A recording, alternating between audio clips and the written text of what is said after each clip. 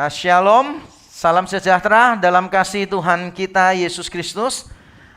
Belum terlambat kalau saya ingin mengucapkan selamat tahun baru ya, kongsi facai kepada masing-masing kita yang merayakannya. Nah, saya melihat ada wajah-wajah yang ceria, sebagian kurang ceria. Berarti yang ceria mungkin mendapat banyak keuntungan selama perayaan Imlek. Dan mungkin yang kurang ceria karena anaknya 1, keponakannya 100 ya. Ya, apapun keadaan kita sekarang ini, saudara, kita patut bersyukur kepada Tuhan. Nah, hari ini kita akan bicara tentang satu tema berkaitan dengan tema tahunan kita. Tema tahunan kita 2022 adalah tentang freedom in Christ, kebebasan di dalam Kristus. Dan hari ini kita akan belajar satu tema, yaitu bebas dari keinginan duniawi. Bebas dari keinginan duniawi. Saya ingin memulai dengan bertanya begini, siapa di sini yang pernah mendengar kata ini? Ikuti saja hatimu. Just follow your heart. Siapa yang pernah mendengarkan kalimat ini? Pasti setiap kita, saya duga pernah mendengarkan kalimat ini. Orang mengatakan kepada kita, udah ikuti aja apa kata hatimu. Kalimat ini terkenal, tapi pertanyaannya, apakah kalimat ini benar? Apakah kita bisa selalu mengikuti hati kita? Ternyata kalau kita mau jujur, kalimat ini adalah kalimat yang terlalu berani. Kalimat ini adalah kalimat yang tidak benar sama sekali. Kenapa saya bisa mengatakan demikian? Karena kalau kita mau jujur, hati kita itu bisa menjadi sumber kehidupan, tetapi juga bisa menjadi sumber kematian.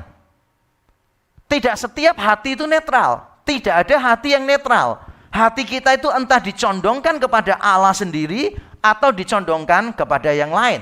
Sehingga saya mau berkata begini, keinginan tidak terelakkan karena kita adalah makhluk personal. Namun tidak semua keinginan dapat dibenarkan, apalagi harus dipuaskan. Kita memiliki keinginan, itu wajar. Hati kita ingin ini, ingin itu. Kita ini makhluk personal. Kita diciptakan dengan pribadi. Artinya kita pasti memiliki pikiran, perasaan, dan kehendak.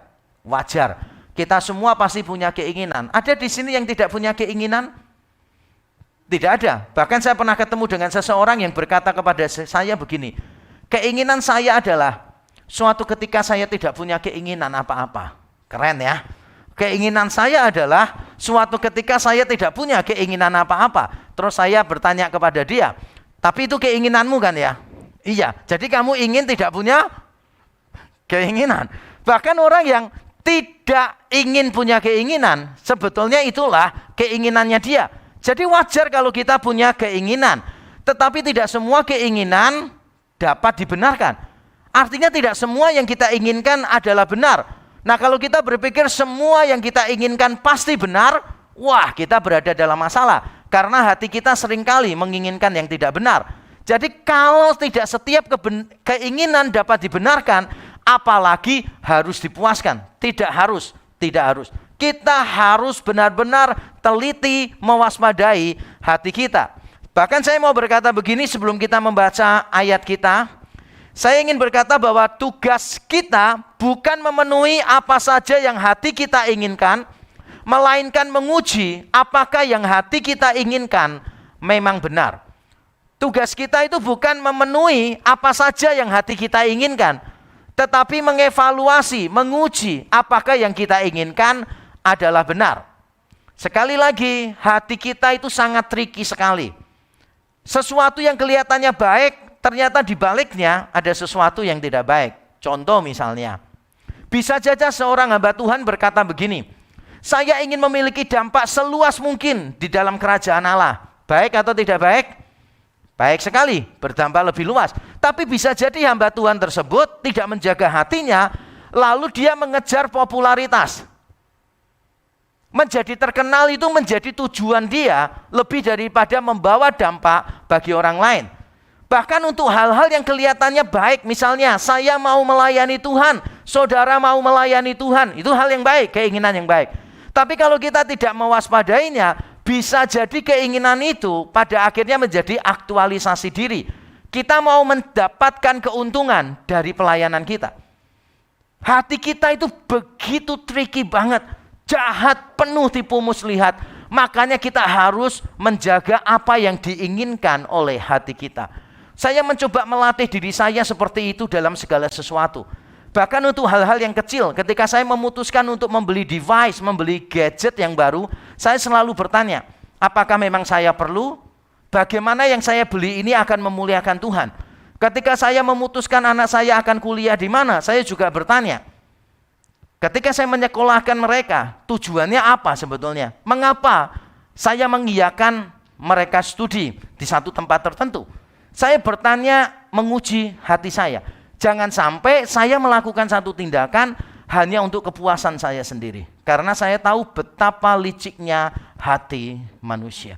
Dan hari ini kita belajar bersama-sama dari satu teks, yaitu di dalam Yakobus pasal yang keempat, ayat 4-6. Saya akan membacakan untuk kita semua Yakobus pasal 4 ayat 4-6. Hai kamu orang-orang yang tidak setia, tidakkah kamu tahu bahwa persahabatan dengan dunia adalah permusuhan dengan Allah? Jadi barang siapa hendak menjadi sahabat dunia ini, ia menjadikan dirinya musuh Allah. Janganlah kamu menyangka bahwa kitab suci tanpa alasan berkata, roh yang ditempatkan Allah di dalam diri kita diingininya dengan cemburu. Tetapi kasih karunia yang dianugerahkannya kepada kita lebih besar daripada itu. Karena itu ia katakan, Allah menentang orang yang congkak, tetapi mengasihani orang yang rendah hati. Amin. Amin. Bagian ini ditulis oleh Yakobus sebagai kelanjutan, sebagai respons terhadap persoalan yang terjadi di ayat 1-3. Jadi kalau kita membaca ayat sebelumnya, pasal 4 ayat 1-3, kita menemukan beberapa jemaat penerima surat ini bertengkar satu sama lain. Mengapa mereka bertengkar satu sama lain? Karena mereka itu berdoa minta sesuatu dari Tuhan, tidak dapat. Mungkin dia melihat orang lain dapat, lalu timbul iri hati, lalu bertengkar. Mereka lalu berdoa kepada Tuhan untuk memenuhi apa yang menjadi ambisinya mereka. Supaya apa? Supaya nanti kelihatan lebih keren daripada orang lain. Jadi mereka itu menginginkan sesuatu yang salah, tetapi minta Tuhan untuk memenuhi apa yang mereka inginkan itu. Lucu ya? Tapi itu seringkali kita lakukan, bukan? Jadi kita menginginkan sesuatu yang salah nih. Hati kita nggak benar nih. Tapi kita justru minta Tuhan memenuhi apa yang kita inginkan. Saya kasih contoh lah di sini. Di sini siapa yang pernah punya musuh? Atau sekarang mungkin pernah punya musuh? Paling tidak kalau nggak punya musuh, punya orang yang sangat menjengkelkan sekali. Lalu kita berkata begini, duh orang itu ya, kepengennya aku tuh ya, dia dihukum Tuhan dengan hukuman yang tidak pernah terpikirkan oleh umat manusia dimanapun berada, benar ya? Jadi kita sudah tahu kalau membenci, hawa nafsu, kebencian itu salah, kita tahu. Tapi kita ingin supaya orang yang kita benci itu benar-benar dihukum Tuhan seberat-beratnya, supaya kebencian kita tuh puas gitu. Dan anehnya kita minta Tuhan untuk memberkati keinginan itu. Tapi saya yakin kalau jemaat trek nggak ada yang begitu ya. Karena jemaat trek di sini kalau punya musuh, saya tahu doanya. Jemaat trek ingin musuhnya itu berbahagia. Makanya biasanya kalau ada musuh, jemaat trek sudah terbiasa berdoa, ya Tuhan, kiranya orang itu diterima di sisi Tuhan, berbahagia di sisi Tuhan. Sama saja artinya. Kadang-kadang kita melakukan itu Bapak Ibu Saudara, benar ya? Kadang-kadang kita punya sesuatu nih yang salah. Kita minta tolong Tuhan untuk memenuhi apa yang salah. Makanya kita harus berhati-hati sekali lagi dengan hati kita. Nah, hari ini khotbah saya bagi jadi dua.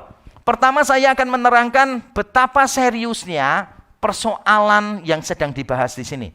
Lalu bagian kedua saya akan menerangkan bahwa persoalan yang serius ini solusinya cuma satu, yaitu kasih Tuhan yang serius. Persoalan serius, solusinya adalah kasih Tuhan yang serius. Dan mari kita lihat saudara di dalam ayat yang keempat, keseriusan persoalannya seperti apa. Saya bacakan lagi ayat 4. Hai kamu orang-orang yang tidak setia, tidakkah kamu tahu bahwa persahabatan dengan dunia adalah permusuhan dengan Allah?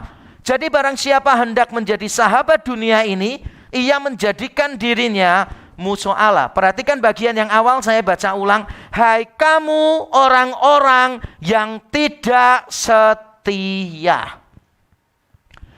Penerima surat Yakobus menginginkan banyak hal. Mereka tidak menguji apa yang diinginkan itu benar atau tidak benar. Mereka tidak mengujinya. Mereka berpikir bahwa apa saja yang muncul dari hati mereka berarti pasti benar. Atau mungkin kita mendengar tadi yang saya sudah sampaikan, just follow your heart. Ikuti saja kata hatimu. Tapi kita lupa satu keadaan yang seharusnya membuat kita lebih waspada. Dunia sudah jatuh ke dalam dosa. Hati kita berada pada posisi yang sama. Kita benar-benar dalam bahaya. Dunia kita ini dunia yang sudah jatuh ke dalam dosa. Yang ditawarkan kepada kita itu adalah hal-hal yang berdosa seringkali. Tidak semua hal yang ada di dalam dunia berdosa ya. Tetapi dunia seringkali menawarkan hal-hal yang berdosa. Nah, ditawarkannya kepada siapa? Ditawarkannya kepada kita manusia yang berdosa. Hasilnya apa? Hasilnya kita berada dalam bahaya nih. Hasilnya kita berada di dalam bahaya. Bayangkan misalnya begini saudara. Saudara itu godaannya paling susah itu adalah menahan makan. Ada beberapa orang begitu, termasuk saya. Saya kalau lagi stres, larinya mesti ke makan. Jadi kalau misalnya saya kerja sesuatu, disertasi, kerja apa gitu kan, dikejar waktu begitu, saya ada di dalam tekanan, saya cenderung untuk makan. Biasanya kalau ngetik, berhenti sebentar, lihat ke meja makan gitu kan ya, ngambil sesuatu, balik lagi, terus gitu. Ada beberapa orang pelariannya dimakan. Jadi kalau kita nggak bisa menahan nafsu makan, saya cukup bisa paham sih itu. Dulu waktu saya miskin, saya tidak bisa makan. Setelah sekarang banyak makanan, saya tidak bisa berhenti makan. Nah, saya bisa paham. Bayangkan begini, saudara. Saudara itu suka makan dan saudara diberi di meja di depan saudara makanan yang begitu enak. Susah untuk menolak. Benar atau bukan? Benar ya? Nah, itulah dunia kita. Dunia ini sudah jatuh ke dalam dosa. Kita ini orang berdosa. Yang ditawarkan dunia begitu menggoda kita. Orang-orang Kristen tanpa sadar mengadopsi cara-cara duniawi, nilai-nilai duniawi. Saya pernah tanya kepada kumpulan hamba-hamba Tuhan waktu saya memberikan seminar. Saya bertanya begini, sebutkan 5 tanda hamba Tuhan yang sukses. 5 tanda hamba Tuhan yang sukses. Coba saudara bantu pikir. 5 tanda hamba Tuhan yang sukses. Saya bisa tebak jawabannya. Mereka menyebutkan apa saja yang ada dalam diri saya. Bukan ya. Mereka pasti menyebut apa hamba Tuhan yang sukses? Kalau saudara bisa bantu saya. 1, kaya raya katanya. Oke, hamba Tuhan yang sukses itu kaya raya. Oke. Terus ada orang yang jawab gini, hamba Tuhan yang sukses itu apa? Terkenal, populer, pengikutnya banyak, luar biasa. Oke, apalagi coba? Oh gitu, pengalamannya luas, diundang khotbah ke sana kemari sampai ke luar negeri misalnya. Wah, oke gitu kan ya. Oh, penampilannya dia sangat menarik sekali. Dilihat saja sudah enak. Apalagi kalau dia bicara. Waduh, begitu menawan. Oke, apalagi? Nah, yang disebutkan semuanya tadi ternyata amazingly loh ya. Tapi ironically sebetulnya, sangat ironis sekali. Kalau saudara tanya kepada orang-orang dunia, apa indikator orang sukses? Jawabannya sama dengan tadi enggak? Sama. Banyak orang Kristen mengadopsi nilai-nilai dunia. Sehingga tidak heran yang terjadi adalah gaya hidup orang Kristen tidak beda dengan gaya hidup orang-orang dunia. Dan itu sudah terbukti di beberapa tempat dan saya tunjukkan hasil beberapa riset yang dilakukan di Amerika Serikat terhadap orang-orang Kristen dan yang sudah dibukukan di beberapa tulisan, tapi saya cuma menyebut 2 buku saja. Yang pertama adalah buku ini, The Scandal of the Evangelical Conscience, karangan Ronald Sider. Buku ini sudah diterjemahkan. Kemudian buku yang kedua adalah Unchristian, karangan David Kinnaman. Di dalam buku yang pertama ditunjukkan riset melalui beberapa hal ya, misalnya perselingkuhan, kekerasan dalam rumah tangga, dan seterusnya. Dites, disurvei orang Kristen dan non-Kristen. Hasilnya sama. Buku yang kedua menanyakan kepada anak-anak muda, pandangan mereka terhadap kekristenan seperti apa. Pandangannya negatif. Mayoritas orang berpikir negatif tentang orang-orang Kristen. Sehingga saya ingin mengutip perkataan George Barna, pemimpin dari Barna Group yang sering melakukan riset lapangan di Amerika. George Barna mengatakan bahwa orang-orang Kristen semakin hari semakin serupa dengan dunia yang seharusnya diubahnya. Saudara suka atau tidak suka, saudara mau menyangkali atau tidak mau menyangkali, it is what it is. Ini adalah hasil riset. Mungkin saudara membela diri dengan mengatakan, itu kan di Amerika, bukan di Indonesia. Tapi mungkin kalau riset yang sama dilakukan di Indonesia, saya khawatir hasilnya juga tidak jauh berbeda. Saudara, orang-orang Kristen mengadopsi pikiran duniawi. Orang-orang Kristen memiliki keinginan-keinginan duniawi. Dan seberapa seriuskah hal ini? Karena beberapa orang Kristen merasa itu biasa-biasa saja. Bahkan ada orang yang berkata kepada saya begini, loh kita ini hidup di dunia. Terus kalau kita nggak kepengen ini itu, terus kita ini kepengen apa harusnya di dalam dunia? Tapi orang itu tidak bisa membedakan. Yang kita inginkan tidak selalu salah. Tetapi yang kita inginkan seringkali salah. Jadi kadang kita mengingini sesuatu yang nggak benar memang. Misalnya, ingin punya pasangan lebih dari satu misalnya. Nah, Alkitab kan bilang tidak boleh. Atau kita ingin kaya dengan cara apa saja. Loh, itu kan tidak boleh. Tapi ada juga keinginan yang benar, tapi akhirnya menjadi tidak benar di tangan kita. Misalnya, kita ingin punya uang. Uang itu tidak salah ya. Uang itu netral.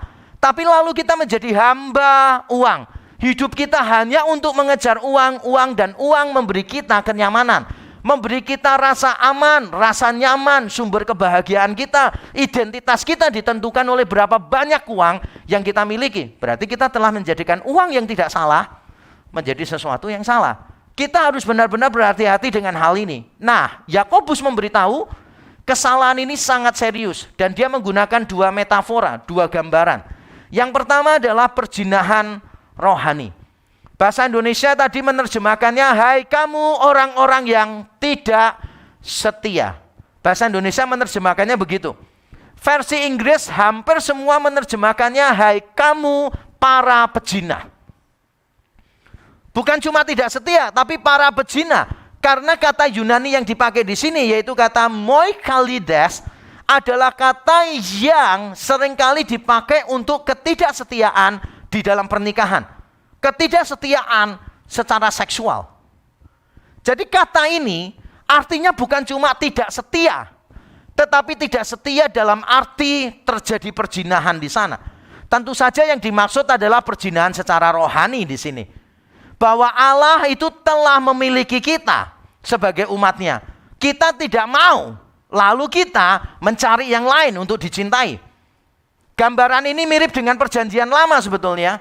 Ketika Allah ibarat seorang suami mengasuh umatnya, ibarat seorang istri. Mengasihi, melindungi, memberi makan istrinya. Tapi ternyata umat Allah justru menyembah dewa-dewa lain. Dan berkali-kali di dalam Alkitab itu disebut perzinahan secara rohani. Mungkin saudara selama ini berkata, wih orang-orang yang menyembah berhala di perjanjian lama itu bodoh banget ya. Membuat patung, disembah. Patung gak bisa ngomong, disembah. Patung gak bisa gerak, disembah. Yang buat aja dia, terus disembah. Minta pertolongan dari yang dia buat sendiri. Mungkin kita berkata, bodoh banget ya. Tapi jujur ya, saya dan saudara kadangkala melakukan kesalahan yang sama. Kita mungkin tidak punya patung untuk disembah. Tapi kita punya keinginan-keinginan duniawi yang kita jadikan segala-galanya di dalam hati kita. Kita lebih mencintai keinginan-keinginan duniawi daripada mencintai Allah. Dan itulah yang dimaksud di sini. Kita telah melakukan perzinahan secara rohani. Ada banyak penafsir yang meyakini bahwa di dalam surat Yakobus ini sebetulnya intinya adalah itu. Intinya adalah penerima surat ini walaupun kelihatannya religius tetapi sangat sekuler. Kelihatannya religius tetapi cara pandangnya duniawi. Kelihatannya religius tetapi keinginan-keinginannya tidak beda dengan dunia. Sehingga kalau memang benar demikian, ketika Yakobus di pasal 1 mengatakan, orang yang bimbang jangan mengira ia dapat sesuatu dari Tuhan. Kalau kita minta harus dengan iman, jangan bimbang. Dia bukan bicara tentang kebimbangan sesaat. Dia bukan bicara tentang keraguan yang kadangkala datang di dalam hidup kita, bukan. Tapi dia bicara tentang mendua hati. Pasal 1 ayat 8. Orang yang mendua hati tidak akan tenang di dalam hidupnya. Bukan tenang di dalam doanya loh ya. Orang yang mendua hati tidak akan tenang di dalam hidupnya, bukan di dalam doanya. Dia bukan bicara tentang perasaan bimbang yang kadangkala muncul. Tapi dia bicara tentang orang yang hatinya terbelah dua. Satu untuk Tuhan, satu untuk dunia. Dan itu sebabnya lah kita seringkali bimbang. Karena memang hati kita itu tidak pernah satu untuk Tuhan. Hati kita terpecah, makanya kita seringkali bimbang. Saya kasih contoh ya. Saya kasih contoh nih. Ada orang Kristen yang takut menghadapi masa tua. Oh banyak, itu banyak banget ya. Banyak banget. Orang yang takut nanti kalau tua bagaimana? Terus tanya, Pak, nanti kalau saya tua bagaimana ya Pak ya? Tanya sama pendeta yang belum tua. Tanya sama pendeta yang lebih tua mestinya, supaya bisa menjelaskan bagaimana menjadi tua. Terus tanya, Pak, saya ini bingung, nanti saya matinya itu seperti apa ya Pak ya caranya? Cara mati nggak usah dipikirkan. Karena itu Tuhan yang atur semuanya. Berkali-kali di sini kan saya mengatakan kepada kita kan, cara mati itu nggak usah dipikirkan. Karena mati itu tidak perlu latihan, tidak perlu gladi bersih. Nanti ketemu dijalani aja bersama dengan Tuhan. Ada orang yang takut menghadapi masa depan. Ada orang yang misalnya begini nih, dengan situasi pandemi, ketakutannya berlebihan. Takut itu kadang baik, membuat kita hati-hati, benar ya? Rasa takut tuh wajar dan kadangkala membuat kita lebih hati-hati. Tetapi kalau kita dikuasai oleh ketakutan, tidak ada yang baik. Ketika kita memilih dikuasai oleh ketakutan, pertanyaannya adalah seperti ini. Kita ini menyandarkan diri kepada siapa? Apa yang membuat kita takut? Sebetulnya yang membuat kita takut adalah karena hati kita kurang berharap kepada Tuhan. Hati kita belum sepenuhnya kita berikan kepada Tuhan. Sehingga mungkin kita akan mengalami ketakutan-ketakutan semacam itu. Beberapa minggu yang lalu, 2 anak saya yang sedang kuliah di Amerika terpapar virus COVID-19. Sangat mungkin sekali varian Omicron ya. Jadi saya diberitahu ada gejala-gejala, saya suruh mereka menginap bersama di satu hotel karena salah satu positif, yang satu nggak usah tes, anggap saja sama, tinggal di situ. Nah, ketika pertama kali mendengar, hati siapa yang tidak khawatir? Jauh, ada di Amerika, orang tuanya di Indonesia. Hati siapa yang pertama kali mendengar itu tidak dak-dikduk? Ya pastilah deg-degan. Tetapi begitu saya mendengar itu, saya mengingatkan hati saya sendiri. Bahwa Allah lebih mengasihi anak-anak saya daripada saya mengasihi mereka. Saya tahu bahwa anak saya aman-aman saja bukan karena mereka memiliki orang tua seperti saya dan istri saya. Mereka akan aman-aman saja karena mereka adalah anak-anak Tuhan. Tuhan punya cara untuk menolong mereka. Bahkan saya berkata kepada diri saya, bahkan seandainya pun terjadi yang jauh lebih buruk dari itu, saya percaya anak-anak saya akan berada di tangan Tuhan yang baik. Tidak ada yang bisa memisahkan mereka dari kasih Kristus. Bahkan maut, kematian pun seandainya terjadi, tidak akan bisa memisahkan mereka dari kasih Kristus. Dengan pemahaman seperti ini, saya menenangkan diri. Apakah khawatir langsung hilang? Tidak, kadang muncul. Tetapi saya menolak dikuasai kekhawatiran. Kenapa? Karena saya menyerahkan seluruh hati saya kepada Tuhan. Seringkali ketika saudara bimbang, kebimbangan itu muncul dari hati, bukan dari akal budi. Saya mau berkata begini, persoalan kita seringkali bukan akal budi, keraguan, tetapi lebih ke arah hati, ketidaksetiaan. Hati kita ini loh gak setia kepada Tuhan. Dari sisi akal budi kita sudah tahu sebetulnya, tapi kita tetap gak bisa percaya kepada Tuhan. Padahal semuanya sudah jelas. Ada seorang yang menggambarkan iman seperti ini, saudara. Saudara itu datang ke sebuah pameran jaket anti peluru. Lalu saudara diterangkan secara sains, bahannya ini, itu, sehingga saudara yakin, tidak mungkinlah bisa tembus. Lalu dicoba lagi, jaket itu ditaruh, digantung di satu tempat, ditembak. Setelah ditembak, dicoba jaketnya. Ternyata tidak tembus. Saudara yakin? Lalu jaketnya diberikan kepada saudara dengan satu syarat. Ada yang mau jaket ini gratis? Mau. Syaratnya cuma satu. Tolong bantu para polisi tembak-tembakan dengan teroris yang ada di gedung sebelah. Jadi tolong pakai jaket ini membantu aparat keamanan. Pertanyaan saya, kira-kira masih berani nggak pakai jaket itu?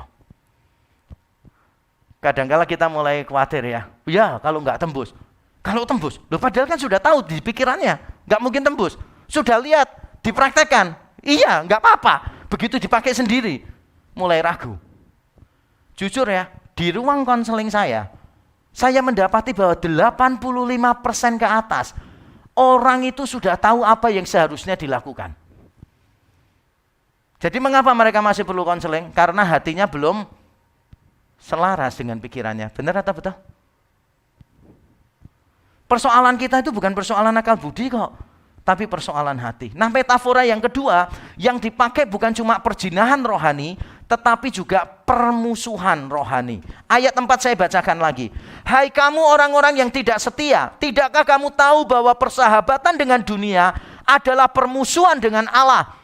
Jadi barang siapa hendak menjadi sahabat dunia ini, ia menjadikan dirinya, atau dalam terjemahan lain yang lebih hurufiah, ia mengambil tempat sebagai musuh Allah.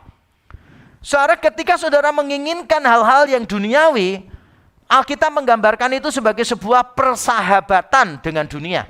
Dan saudara perlu memahami persahabatan dalam konteks kuno. Karena di dalam konteks kuno, persahabatan itu lebih daripada konteks sekarang. Zaman dulu persahabatan itu artinya begini. Siapa saudara, identitasmu ditentukan oleh circle-mu, pertemananmu. Jadi ada orang yang kalau dia merasa mendapat bagian dari pertemanan ini, dia bangganya setengah mati. Karena di situ ada orang terkenal, karena di situ ada orang kaya, karena di situ ada tentara yang hebat dan seterusnya. Jadi dia mendefinisikan identitasnya itu berdasarkan pertemanannya. Pertemanan juga memberikan selain identitas, juga memberikan perlindungan. Zaman dulu orang itu grouping, masuk di dalam kelompok-kelompok pertemanan. Kalau saudara tidak mau masuk kelompok manapun, maka saudara akan jadi bulan-bulanan semua orang. Maka orang masuk di dalam pertemanan supaya apa? Mendapatkan perlindungan, merasa aman. Jadi kalau menjadi bagian dari sini, orang lain tidak akan berani macam-macam karena masuk di dalam bagian ini. Menyediakan identitas, menyediakan perlindungan, rasa aman, tapi juga memberikan kegembiraan, kebahagiaan. Karena orang zaman dulu sukanya itu memang kumpul, dan kumpul. Beda dengan orang zaman sekarang ya. Coba tuh lihat orang-orang tua kalau ada acara keluarga besar kumpul. Selalu tanyanya itu, kamu dari mana? Oh, aku dari kota ini. Di kota ini kamu tinggalnya di mana? Oh, sebelah kuburan itu. Loh, kuburan belakangnya atau depannya?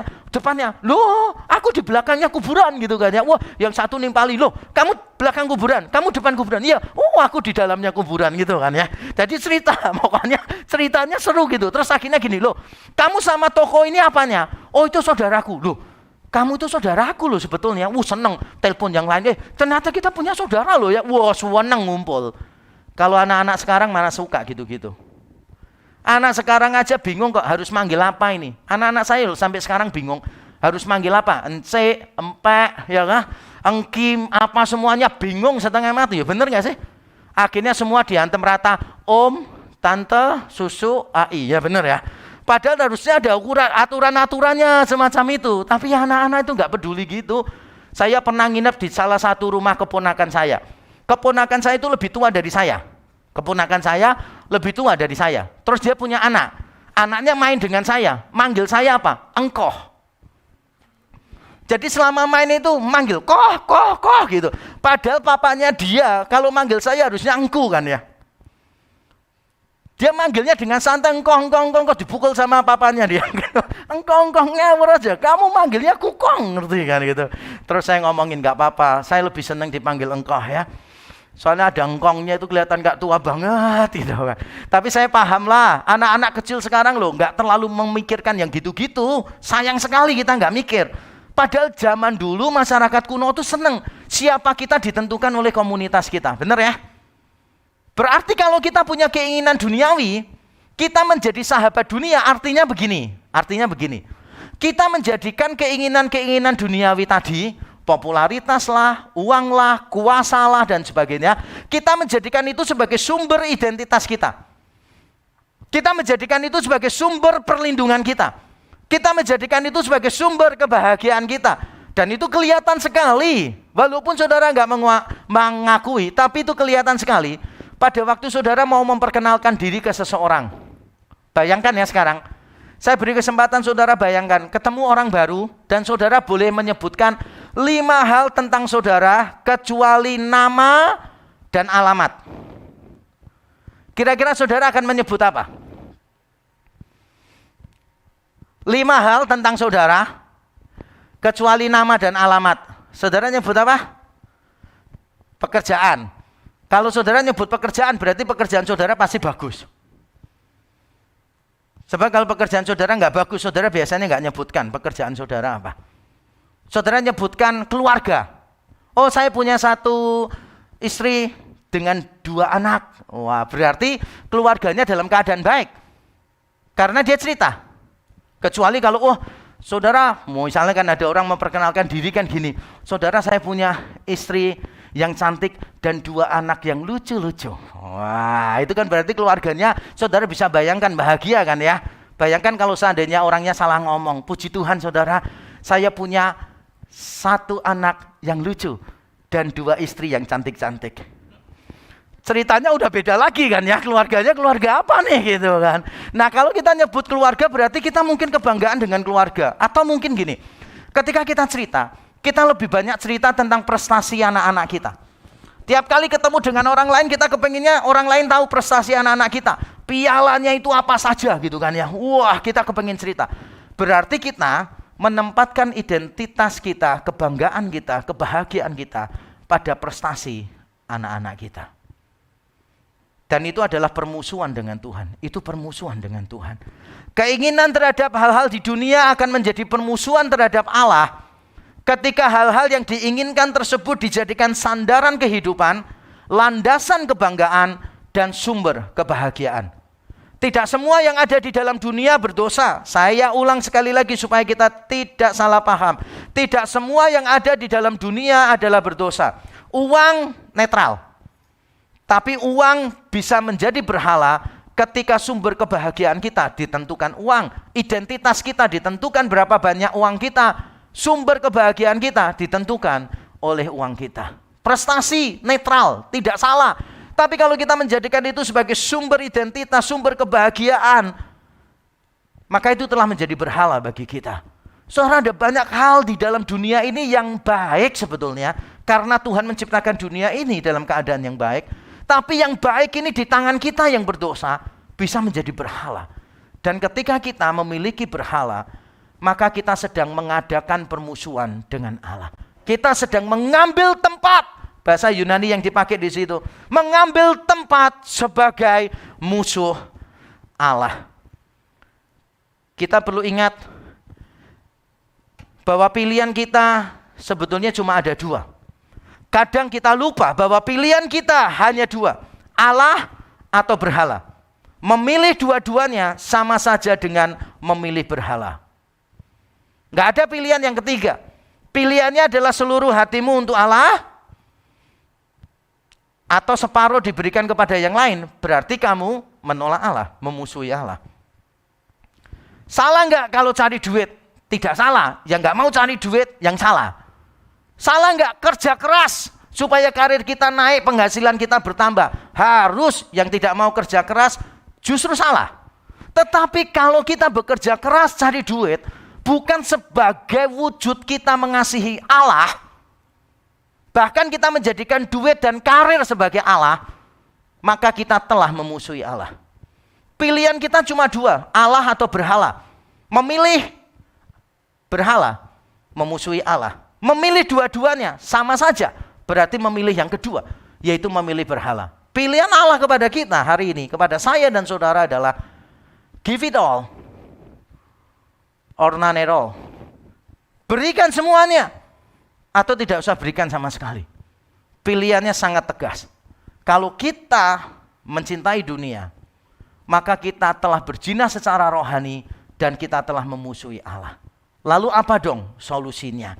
Persoalan yang serius dihadapi dengan keseriusan kasih Allah. Saya baca dengan cepat ayat 5 dan 6. Janganlah kamu menyangka bahwa kitab suci tanpa alasan berkata, roh yang ditempatkan Allah di dalam diri kita diingininya dengan cemburu. Tetapi kasih karunia yang dianugerahkannya kepada kita lebih besar daripada itu. Karena itu ia katakan, Allah menentang orang yang congkak, tetapi mengasihani orang yang rendah hati. Saudara, persoalan manusia adalah hawa nafsu. Persoalan kita adalah persoalan hati. Dan kita sudah tahu ini persoalannya sangat serius sekali. Karena persoalannya adalah persoalan hati, maka kita perlu solusi. Perlu satu-satunya solusi. Kadangkala kita ini cuma memberikan solusi bagi gejalanya. Tidak memberikan solusi bagi akar persoalannya. Saya pernah berjumpa dengan seseorang beberapa kali. Orang yang berbeda-beda. Yang terakhir saya berjumpa dengan orang yang sama sebetulnya persoalannya saya sudah pernah dengar dari orang-orang lain juga. Orang yang tidak bisa mengontrol kemarahannya, benar ya? Orang yang tidak bisa mengontrol kemarahannya. Mungkin Bapak Ibu Saudara pernah mengalami itu. Saya dulu juga sering mengalami itu. Nah, ketika kita melihat orang tidak bisa mengontrol kemarahannya, solusinya apa? Ya bisa saja saudara tuh kasih solusi praktis begini. Sebelum kamu marah, berhitung 200 kali dulu, baru boleh setelah hitungan 201 boleh marah. Jadi tiap kali mau marah, 1, 2, 3, 4. Terakhir kan sudah nggak ada tenaga, pasti nggak marah. Bisa nggak begitu? Ya bisa, tapi persoalannya adalah hatinya beres nggak? Hatinya nggak pernah beres. Misalnya gini, kalau mau marah, ya sudah. Kalau kamu marah, lari kenceng-kenceng cari tembok yang paling keras, pukul temboknya sekeras mungkin misalnya. Loh, itu tips praktis. Tapi persoalannya, hatinya beres nggak? Nah, saya pernah menolong orang nih. Dia tanya, Pak, kenapa saya kok sering marah? Dan kalau marah saya itu out of control, kenapa? Lalu saya diagnosa hatinya. Ternyata hatinya dia itu ada berhala. Berhalanya apa? Kontrol.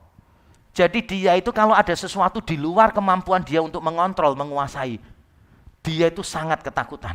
Jadi kalau terjadi sesuatu ya, di luar planningnya dia sangat ketakutan. Nah karena dia ketakutan, ada apa dikit dia bisa marah. Kesalahan dikit bagi dia itu kesalahan yang gede banget. Makanya kemudian saya beritahu dia, solusimu adalah kamu belajar melepaskan kontrol, belajar berserah, bersandar kepada Tuhan. Memang tidak banyak yang Tuhan taruh di tangan kita untuk dikontrol. Kalau kamu mau mengontrol terlalu banyak, tanganmu yang sakit, hatimu yang gak tenang. Sama seperti kalau kita itu mau pegang barang terlalu banyak, kita harus memegangnya begitu rupa. Tapi semakin kita memegang begitu rupa, tangan kita sakit dan hati kita semakin khawatir, nanti jatuh. Belajar melepaskan kontrol, karena Tuhan sudah mengontrol hidup kita. Jadi persoalan hati. Nah karena semua persoalan adalah persoalan hati, maka kita perlu tahu semua persoalan hati hanya bisa diatasi dengan kasih dan intervensi ilahi.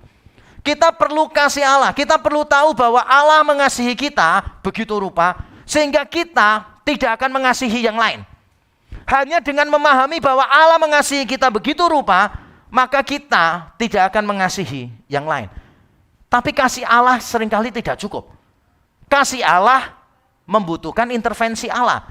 Karena Allah mengasihi kita, maka dia akan campur tangan berintervensi dalam hidup kita. Bentuknya apa? Hukuman, disiplin untuk kita.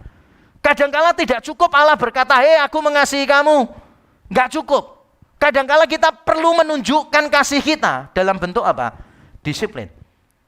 Waktu anak-anak saya masih kecil berapa kali saya nasihati anak saya. Jangan lari-lari, kamu bahaya. Tetap lari-lari, saya pegang, saya jelaskan. Kamu tahu papa melarang kamu karena papa sayang sama kamu.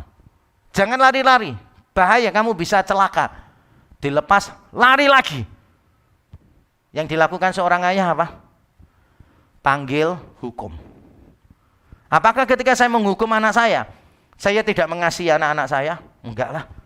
Berapa kali saya menghukum anak saya, setelah saya hukum, saya peluk anak saya. Saya bilang I love you. Justru karena papa sayang kamu, papa mendisiplin kamu. Berapa kali saya memberi hukuman kepada anak-anak saya ikut menanggung hukumannya. Saya pernah 2 anak saya hukum. Angkat kaki satu, face the wall. Lihat ke tembok. Dan ngangkat kaki satu begini setengah jam itu nggak gampang. Yang saya lakukan apa? Saya berlutut di antara mereka. Tangan mereka saya taruh di pundak saya. Supaya mereka tidak capek menjalani hukumannya. Yang paling capek siapa? Papanya yang berlutut. Bukan anaknya yang berdiri. Ngangkat kaki satu. Tapi itulah bukti bahwa saya mengasihi mereka. Persoalannya hati. Makanya hatinya yang perlu diubah, yaitu dengan apa? Kasih ilahi dan intervensi ilahi. Dan kita akan lihat bagaimana Allah menyatakan kasihnya. Yang pertama, Allah sangat menginginkan umatnya. Tadi dikatakan, kamu jangan lupa bahwa roh yang ditempatkan Allah di dalam diri kamu diingini Allah dengan cemburu. Terlepas dari roh di sini huruf besar atau huruf kecil, karena di dalam teks Yunani tidak ada huruf besar, tidak ada huruf kecil. Teks Yunani kuno ya. Tidak ada huruf besar, huruf kecil. Jadi ini bisa roh kecil, roh manusia, bisa jadi roh huruf besar, Roh Kudus. Manapun artinya tetap sama sebetulnya. Kalau ini roh huruf kecil, berarti mengingatkan kita Kejadian 2 ayat 7. Ketika manusia dihembusi nafas Allah. Tanpa ada Allah di dalam diri manusia, ada kekosongan di dalam diri manusia. Makanya Allah menghembuskan nafasnya. Ketika manusia lari dari Allah, akan selalu lari dengan semua kekosongan ini. Maka Allah menginginkan kembali rohnya. Allah menginginkan umatnya. Tapi kalau ini bukan roh manusia, tetapi Roh Kudus yang ada di dalam diri kita, maka Roh Kudus ini sebagai meterai, tanda bahwa kita adalah milik Allah. Kita adalah milik Allah, sehingga Allah bagaimanapun akan melakukan apapun untuk mendapatkan kita. Makanya Alkitab menggunakan istilah Allah itu Allah yang pencemburu. Wah, berarti sama dong ya dengan suami kita, sama dong ya dengan pacar kita, sama dong dengan istri kita. Beda cemburunya. Kadangkala orang cemburu itu kelewatan cemburunya gitu loh saudara. Saya pernah mendengar ya, ada seorang jemaat di satu gereja, bukan di sini ya, waktu di luar kota. Dia bilang gini, Pak, saya ini bingung sama suami saya Pak. Pencemburu kelas dewa ini Pak. Masa cemburu sama pendetanya sendiri Pak, katanya. Loh kenapa sama pendeta sendiri? Jadi waktu selesai ibadah salaman itu Pak, sebelum pandemi, dia itu lihat Pak, suaminya itu lihat, pendetanya nyalamin istrinya, itu 6 detik, nyalamin dia cuma 3 detik. Kok sempat-sempatnya ngitung dulu. 6 detik, 3 detik, bedanya cuma 3 detik itu ya, tuk gitu aja loh ya, itu bisa jadi masalah. Nah, yang menarik kalau Tuhan itu cemburu bukan berarti iri hati ya. Cemburu itu tidak selalu salah. Malah kadangkala cemburu itu perlu supaya pasangan kita itu merasa kayak disayang, merasa kayak dipertahankan, merasa kayak diperjuangkan gitu loh saudara. Itu ada tuh beberapa istri yang ngeluh malahan, Pak, suami saya kok nggak pernah cemburu sama saya ya Pak ya. Loh, ya bagus toh, nggak pernah dicemburui. Ya tapi kan saya kayak merasa nggak diinginkan gitu loh Pak. Malah saya sampai kadang-kala ada pikiran, apa tak kontak mantan saya aja ya biar dia cemburu. Ya tetap nggak cemburu tuh Pak, saya cerita. Tadi aku kontak-kontakan loh di medsos nggak sengaja sama mantan gitu. Bagus lah jaga hubungan. Loh kok nggak cemburu ya katanya. Jadi kepengen dipertahankan, diperjuangkan. Nah makanya kalau kita bukan tipe pencemburu, kita harus jelaskan alasannya apa. Saya dengan istri saya nggak pernah cemburu. Karena 2 alasan. Satu, saya percaya istri saya. Jadi dia mau ngapain, saya nggak pernah cemburu. Karena saya tahu istri saya bisa dipercaya. Kedua, alasannya, karena memang tidak ada laki-laki yang lebih baik daripada saya. Sombong banget ya. Gitu. Jadi kalau kita tidak cemburu, kita kasih tahu. Supaya orang ini merasa tetap dicintai, diperjuangkan gitu. Dan Tuhan itu nggak butuh kita. Tapi dia tuh mengungkapkan loh, nggak malu loh, mengungkapkan ke kita. Aku tuh sangat menginginkan engkau. Wih hebat banget. Aku ini cemburu, ingin dapatkan kamu. Saudara, Allah itu sangat menginginkan kita. Itu yang pertama. Yang kedua saudara, Allah memberikan kasih karunia-Nya yang lebih besar. Ayat 6a, terjemahan hurufiahnya begini, sesuai dengan frase Yunani yang ada di sana, Meisona de didosin karin, harusnya diterjemahkannya begini, tetapi ia memberikan kasih karunia yang lebih besar. Tetapi ia memberikan kasih karunia yang lebih besar. Kalau bahasa Indonesia terjemahkannya bukan gitu. Tetapi Allah gitu kan. Kasih karunia yang diberikan Allah kepada kita lebih besar daripada itu. Itu apa? Nggak jelas. Seolah-olah kan yang satu bukan kasih karunia, yang ini kasih karunia. Tapi sebetulnya bukan. Dalam teks Yunani artinya begini. Yang satu kasih karunia, yang ini kasih karunia juga, tapi lebih besar. Dan apa yang dimaksud dengan kasih karunia yang lebih besar ini langsung saja, yaitu anugerah yang lebih besar kepada orang-orang yang rendah, yaitu orang-orang yang mau tunduk kepada Allah, pasal 4 ayat 7, yaitu orang-orang yang mau menyesali semua dosanya, pasal 4 ayat 8, dan orang-orang yang mau menyadari kemalangan mereka, ayat yang ke-8. Jadi maksudnya begini, supaya kita bisa memahami dengan lebih baik. Allah penyemburu itu kasih karunia untuk kita, kasih karunia. Allah akan melakukan apapun untuk mendapatkan kita kembali, berkat Tuhan dong. Tapi seringkali Allah memakai cara apa? Mendisiplin kita, menghukum kita. Itu kasih karunia. Tapi ada kasih karunia yang lebih besar dari itu. Yaitu kalau kita nggak perlu dihukum. Kasih karunia ketika kita menganggap diri kita itu rendah. Kita membutuhkan Tuhan, tunduk kepada Tuhan, menyesali semua dosa kita. Maka kita diberi kasih karunia yang lebih, yaitu kasih karunia yang tanpa hukuman. Hal yang sama firman Tuhan tawarkan kepada saya dan saudara hari ini. Saat ini juga Tuhan menawarkan kepada kita. Kita mau kasih karunia yang mana? Saudara masih mau mengejar hal-hal duniawi? Tuhan akan bilang go ahead. Silakan. Akhirnya kamu juga akan kembali kepadaku kok. Karena kamu milikku. Tapi Tuhan mengembalikan saudara dengan berbagai macam hukuman. Atau saudara hari ini mau datang kepada Tuhan dan berkata, Tuhan, aku orang berdosa. Aku mau melepas semua berhala. Engkau satu-satunya yang berharga. Kalau kita melakukan itu, kita mendapatkan kasih karunia yang lebih besar lagi. Dan saya akan tutup dengan kalimat ini. Dalam anugerahnya, Allah telah memenuhkan kehampaan hati kita dengan dirinya. Supaya dia menjadi satu-satunya dalam hidup kita. Persembahan, pemberian Allah yang terbaik adalah dirinya sendiri. Allah menjadi manusia, merengkuh penderitaan kita, mengisi kekosongan jiwa kita. Sehingga Allah menjadi satu-satunya dalam hidup kita. Sehingga kita bisa berkata, Christ is enough. Kristus itu cukup bagiku. Mari kita tunduk kepala, kita berdoa.